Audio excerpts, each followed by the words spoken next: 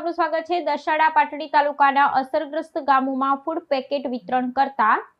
Advocate DC Jhala અને સામાજિક આગેવાનો। સુરેન્દ્રનગર જિલ્લામાં અતિવૃષ્ટિને કારણે નુકસાન થયેલ છે એવા દસાડા પાટડી તાલુકાના મોટી મજેઠી, જીવનગઢ, પોરડા, ઉપરિયાળા, કચોલિયા વગેરે ગામડાઓની DC Zala, advocate Vana, Amrutbhai Makwana, professor Haribhai Solanki Dasada,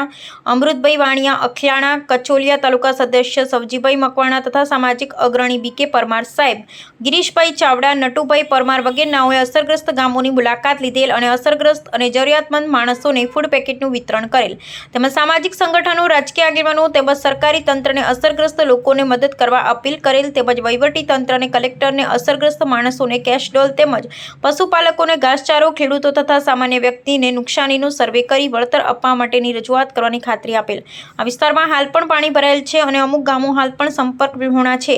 જેથી દરેક સંગઠનો તેમજ રાજકીય આગેવાનો તેમજ સમાજ સેવકોએ આ વિસ્તારની મુલાકાત લઈ યોગ્ય સહાય કરવા અપીલ કરેલી છે। Reporter DK Makwana Patdi. આજે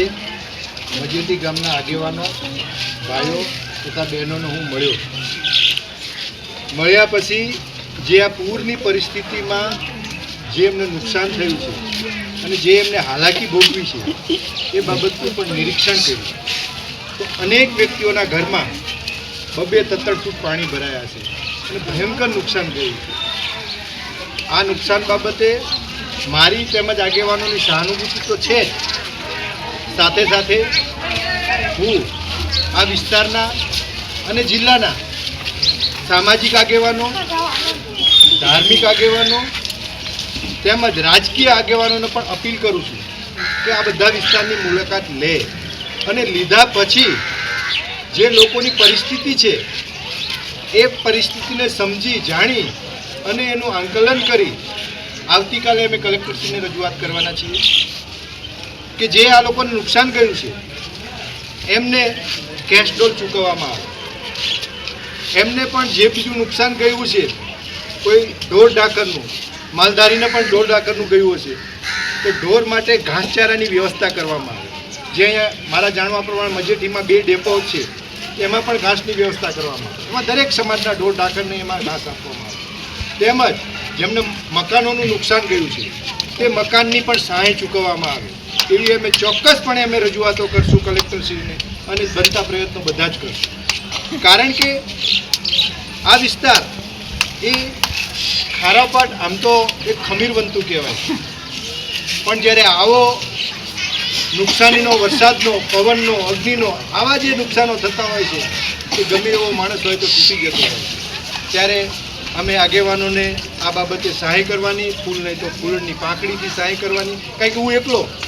દરેક જગ્યાએ નહીં પહોંચી શકું। તો દરેક આગેવાનોનું આહ્વાન કરું છું કે આવો અને દરેક ગામડે ગામડે ફરી અને આપણેથી જેટલી થતી હોય એટલી સહાય અને મદદ કરીએ। જય ભારત, જય શ્રી। 3-4 દિવસ અતિ ભારે વરસાદ થયો, બહુ ભારે વરસાદ છે, ઝૂંપડામાં પાણી ભરી ગયા બાપા, નથી ખાધું નથી પીધું